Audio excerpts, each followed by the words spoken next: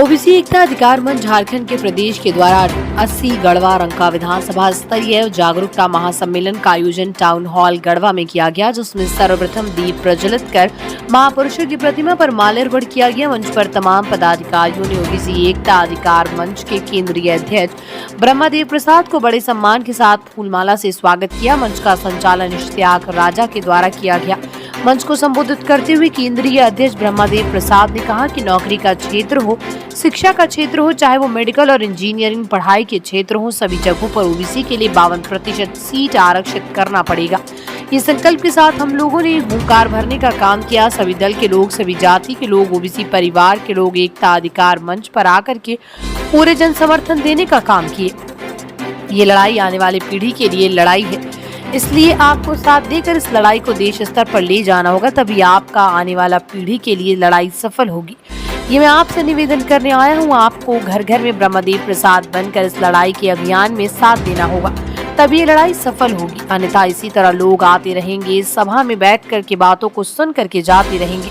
और खास बात यह है कि आप किस पार्टी में रहेंगे, किस दल में रहेंगे, हम मना नहीं करने आए हैं। किस जाति से, किस धर्म से, किस झंडे को अपने घर पर लगाएंगे, ये मना नहीं करने आए हैं, लेकिन ये निवेदन करने आया हूँ कि जहाँ बात ओबीसी की आए, आप 2 कदम आगे बढ़कर इस झंडे को जरूर लगाएं। आजादी के 78वें वर्ष बाद भी हमें संवैधानिक अधिकार नहीं मिल पाए। इसको पाने के लिए गांव में, बस्ती में, चौपाल में, चौक पर, चौराहों पर ब्रह्मदेव प्रसाद बनकर के नौजवानों को सभा करना होगा, तभी ये आंदोलन सफल होगा। यहाँ से जाने के बाद आप सभी social media, Facebook, Instagram, WhatsApp के जरिए अपने दोस्त, परिवार को जरूर बताने के कार्य करें कि ओबीसी एकता अधिकार मंच लड़ाई लड़ रहा है, जिसका एक मैं भी सदस्य हूँ। आप इस मैसेज को फैलाने का काम करें, तभी ये बात राज्य सरकार और केंद्र सरकार सुनने का काम करेगा, अन्यथा ऐसे कोई सुनने वाला नहीं है। जो भी राजनीति में रहिए, किसी भी दल में रहिए, किसी भी पार्टी में रहिए, जहाँ ओबीसी का बात है वहाँ एक साथ एक मंच पर खड़ा होकर के और ओबीसी की बातों को करिए। ये मैं निवेदन करने के लिए आया हूँ। और उनको यदि वो बोलते हैं किसी दल में रह करके तो उनको किनारे कर दिया जाता है, इसलिए वो आवाज़ नहीं उठा पाते। और इसलिए यह एकता अधिकार मंच के माध्यम से उनको संदेश देने का काम कर रहा है कि आप यदि मेरा आवाज़ नहीं उठाओगे तो आपको ओबीसी के लोग 65% जो लोग हैं वो आपको कुर्सी से उतार करके फेंक देंगे। किसी दल की ज़रूरत आपको नहीं पड़ेगी।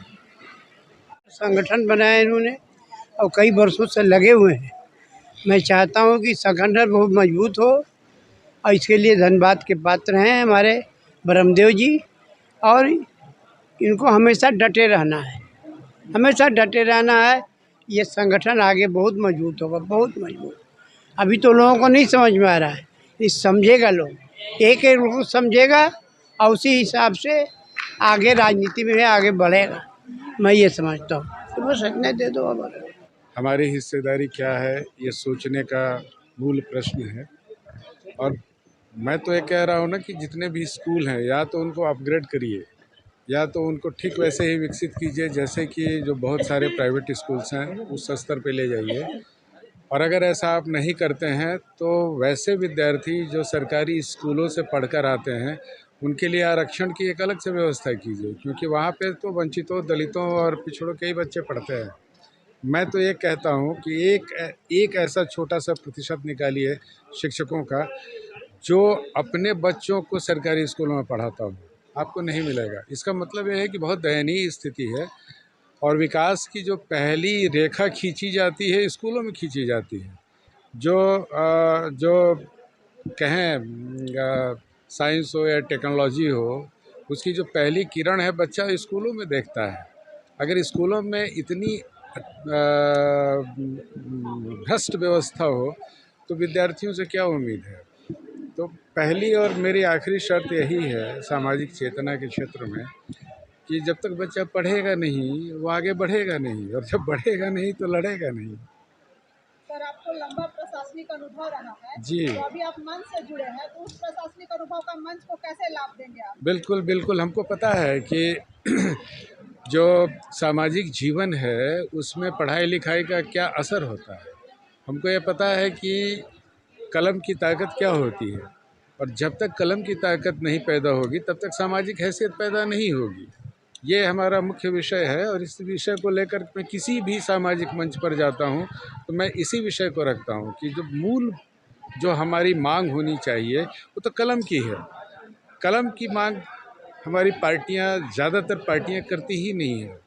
हमको वोट और राजनीति से इतर सामाजिक चेतना से मतलब है। सर, आप डीआईजी रहे हैं, जी। क्या न्याय मिलने में भी जाति भेदभाव होता है? बिल्कुल होता है, कैसे सर, कुछ बताइए। बिल्कुल होता है। एक गरीब का बच्चा, एक गरीब आदमी जब आपके विश्वास का मात्र एक अनुष्ठान श्री हरि इलेक्ट्रॉनिक अपने घर को सजाने व संवारने के लिए एक बार मेरे प्रतिष्ठान में जरूर आए।